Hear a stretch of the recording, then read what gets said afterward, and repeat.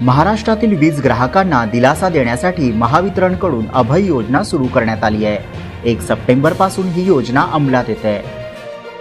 राज्याचे उपमुख्यमंत्री आणि ऊर्जा मंत्री देवेंद्र फडणवीसांच्या सूचनेनुसार महावितरणने हा निर्णय घेतलाय।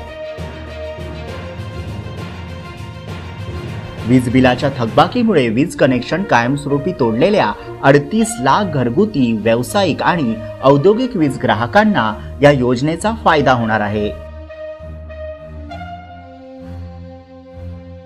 या अंतर्गत वीज बिलाच्या थकबाकीवरील व्याज आणि विलंब आकाराचे एकूण 1788 कोटी रुपये माफ केले जाणार आहेत। या योजनेनुसार पैसे भरल्यानंतर संबंधित वीज ग्राहकाला पुन्हा एकदा नव्याने वीज कनेक्शन मिळेल। महावितरणच्या वेबसाईटवर वीज ग्राहकांना ऑनलाईन पद्धतीने याचा लाभ घेता येईल।